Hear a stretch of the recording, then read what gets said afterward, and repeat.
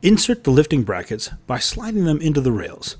You'll want them to be equally spaced, so use your tape measure.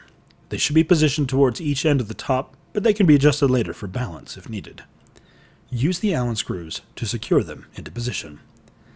To install your product safely and properly, see our mounting guidelines video here and our joist finding video here before moving forward.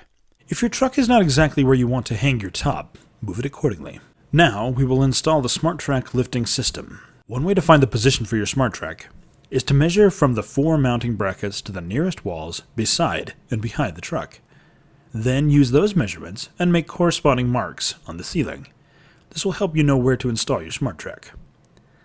You can also use a plumb bob, as seen here.